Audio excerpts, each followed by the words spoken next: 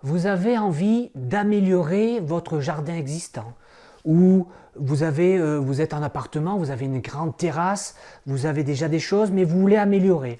Ou tout simplement, vous venez de faire construire, ou vous venez de rentrer dans un appartement, tout est vide hein, à l'extérieur, et vous voulez avoir un joli espace vert, espace extérieur. Alors, vous vous dites peut-être, ok, mais j'ai des idées, mais j'arrive pas à les mettre en place. Alors, je vais prendre un paysagiste. Mais lequel? Eh oui, alors je vous en parle juste après mon générique.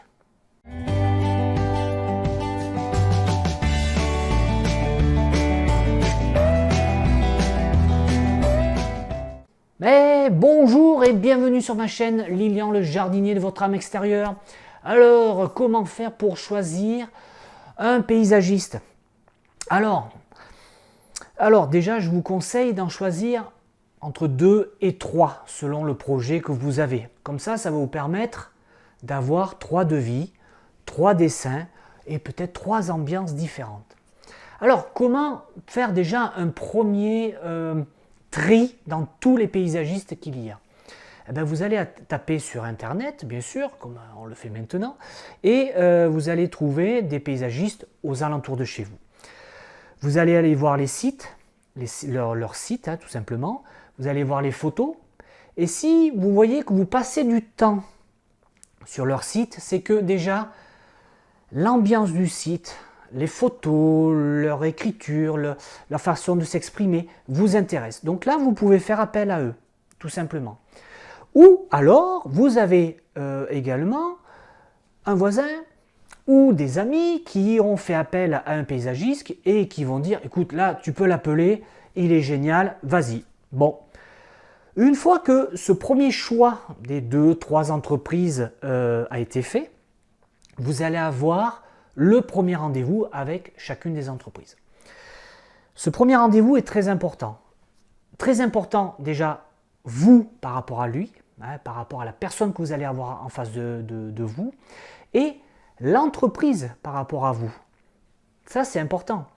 Parce qu'il va y avoir un dialogue, une discussion sur pourquoi vous faites ce projet, quelle est votre envie, quel est votre projet tout simplement. La personne en face de vous doit vous poser des questions. Vous devez avoir un dialogue. C'est pas simplement dire ben voilà, je fais ça, voilà. Non, c'est pourquoi vous le faites, dans quel intérêt. Par exemple, vous faites une terrasse, quel matériau on va prendre? Vous préférez le bois? Il n'y a pas de souci, on fait du bois aussi.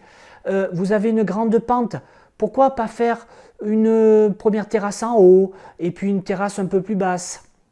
Voilà, qu'est-ce que vous allez mettre sur ces terrasses? Est-ce que c'est plutôt un coin détente pour recevoir des amis? Ou est-ce que plutôt coin repas avec vraiment, c'est très souvent, on reçoit beaucoup de monde, de la famille, donc peut-être une terrasse plus grande. Ou simplement, voilà, je fais une petite terrasse, c'est pour boire le café le matin, au lever du jour ou le soir. Après, voilà, vous faites ce que vous voulez.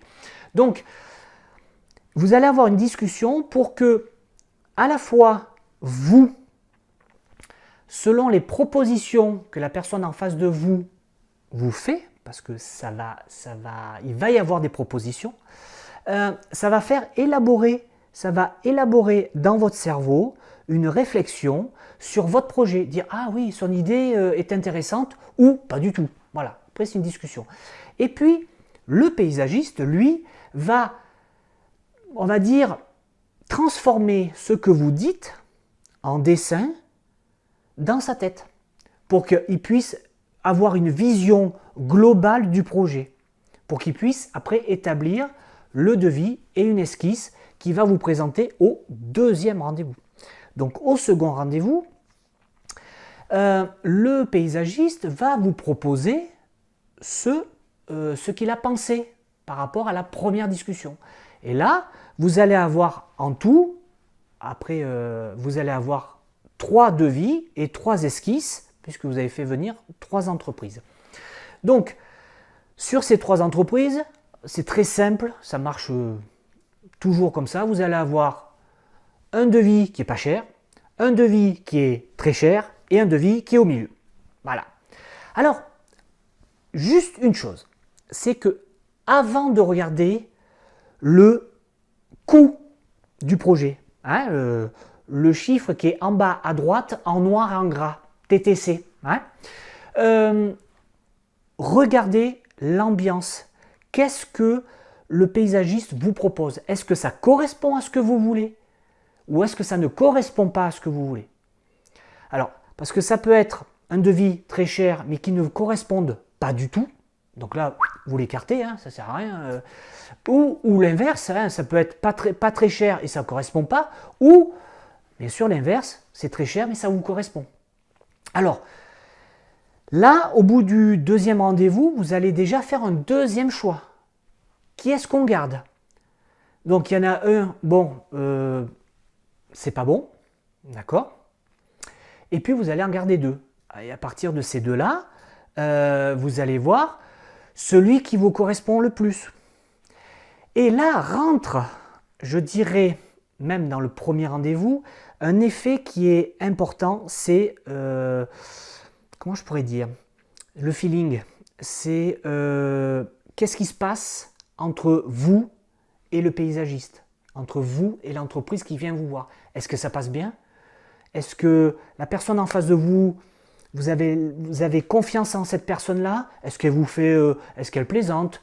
Est-ce qu'elle est, je sais pas moi, dynamique? Est-ce qu'elle vous propose des choses? Est-ce que quand vous proposez de planter telle plante à tel endroit, elle vous dit non, non, cette plante-là, on va pas la planter là, on va la planter là parce qu'elle a besoin de soleil.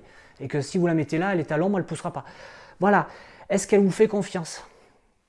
Est-ce que vous avez confiance en elle, plus précisément? Voilà.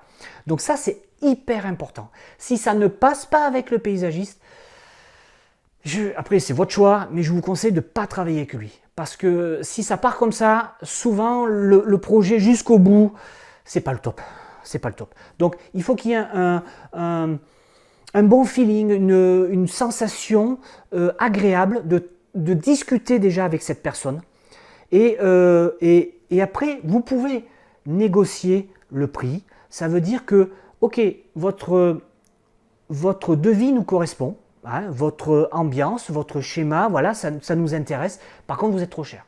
Alors, qu'est-ce qu'on peut faire pour garder cette ambiance, notre projet comme il est, mais un peu moins cher? Donc, soit il peut vous faire une petite remise, soit il va dire, écoutez, on peut changer ça. On dit, ben voilà, au lieu d'utiliser pour un projet, par exemple, une terrasse en bois, au lieu d'utiliser du kumaru, eh bien, on va utiliser du pin. Donc, le kumaru, c'est un bois exotique qui coûte un peu plus cher que le pin. Voilà, donc vous n'aurez pas la même qualité de bois, mais par contre, vous aurez toujours une terrasse bois, tout simplement. Donc, et ensuite, ben, progressivement, eh ben, le choix des entreprises va se restreindre et vous allez en choisir une tout simplement. Une chose après au niveau, on va dire, entre guillemets, juridique, c'est les assurances décennales. Les assurances décennales, c'est toute entreprise qui vient travailler chez vous doivent avoir une décennale. Une décennale, ça veut dire que c'est une assurance pour les 10 ans à venir. Ça veut dire que quand les travaux commencent, vous êtes assuré pendant 10 ans s'il y a quelque chose qui intervient, s'il y a une malfaçon, etc., etc. Vous demandez à la personne que vous avez en face de vous qu'elle vous fournisse donc le papier de l'assurance, mais attention à une chose, vous allez appeler l'assurance en question, leur demander si cette entreprise est bien à jour des cotisations. Parce que ça arrive que on donne le papier, ouais super, génial, il arrive un problème, vous appelez l'assurance et l'assurance dit non mais il ne paye plus depuis 2 ans, 3 ans, 4 ans, donc il n'est pas assuré. Donc là, méfiez-vous à ça. Vous récupérez le papier de l'assurance, vous appelez l'assureur avec le numéro donc, du client, il va vous dire oui, il est bien assuré ou non, il n'est pas assuré. Et là, après, bien sûr, vous faites votre choix. Alors, voilà un petit peu ce que je voulais vous dire aujourd'hui. J'espère que ça vous a un petit peu éclairé sur le choix du paysagiste. Je vous souhaite beaucoup de projets, hein, et faites intervenir des paysagistes, parce que bon, il faut bien qu'on bosse aussi quand même, hein, d'accord. Moi, je vous fais une grosse bise. N'hésitez pas à aller voir mon blog jardinerjardinon.com. Vous pouvez bien sûr vous abonner et me suivre sur ma page Facebook. Moi, je vous fais un gros bisou. Je vous dis à vendredi prochain. Bye bye.